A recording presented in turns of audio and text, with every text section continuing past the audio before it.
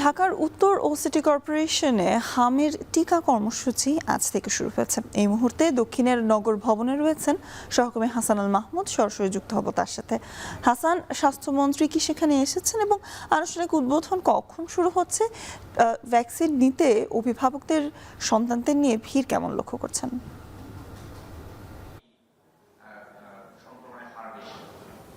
স্বর্ণা, আমরা দেখছি ইতিমধ্যে স্বাস্থ্যমন্ত্রী সরদার সাকাওয়াত হোসেন তিনি কিন্তু ইতিমধ্যে প্রোগ্রামের স্থলে এসেছেন এবং কিছুক্ষণের মধ্যেই তিনি উদ্বোধন ঘোষণা করবেন। এখন এই মুহূর্তে আমরা দেখতে পাচ্ছি যে ইপিআই কর্মসূচির যে ডিরেক্টর রয়েছেন সেই ইপিআই এর যে কর্মসূচি, সেই ইপিআই থেকে লাস্ট যে কয়েক মাসের স্ট্র্যাটেজি সেটি কিন্তু তুলে ধরা হচ্ছেন এবং এই তুলে ধরার মধ্যে দিয়ে তারা দেখানোর চেষ্টা করছেন যে গত 1-1.5 মাসে আসলে কী পরিমাণ রোগী বেড়েছে সেটি কিন্তু তারা দেখানোর চেষ্টা করছেন। এবং আমরা দেখতে পেয়েছি যে গতকালকে সবশেষ স্বাস্থ্য মন্ত্রণালয় এবং স্বাস্থ্য অধিদপ্তরের যে তথ্য সেই অনুযায়ী কিন্তু আমরা দেখেছি যে অন্তত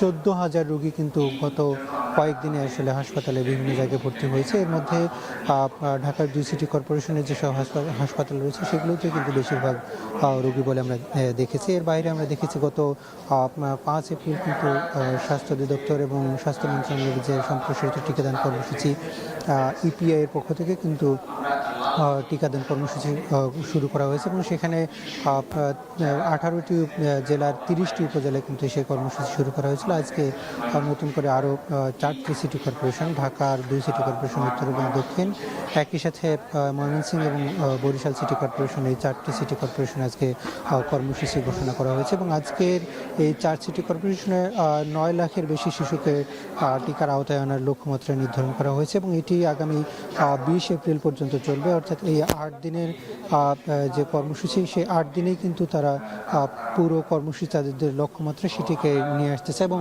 অন্তত 95% তাদের লক্ষ্যমাত্রা শিশুকে টিকার আওতায় নিয়ে আসতে চায় এখন পর্যন্ত স্বাস্থ্য অধিদপ্তরের যে ইপিআই কর্মসূচি রয়েছে সেই কর্মসূচির আওতায়।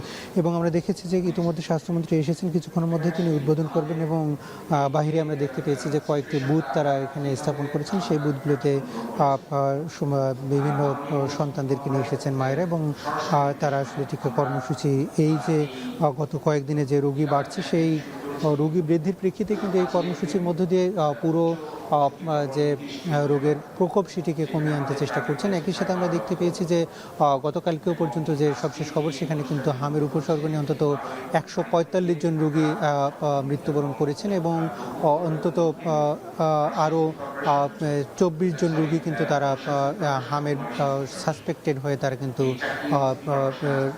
এই মৃত্যুবরণ করেছে বলে আমরা জানতে পেরেছি। এবং এই কর্মসূচির মধ্য দিয়ে আসলে সরকার চাচ্ছে যে পুরোপুরি রোগটিকে নিয়ন্ত্রণ করবার জন্য চেষ্টা করছেন এবং সেক্ষেত্রে সাধারণ মানুষের তারা প্রত্যাশা করছেন যে এই টিকা কর্মসূচিতে সাড়া দেবে। তো এই ছিল এখান থেকে সবশেষ পরিস্থিতি।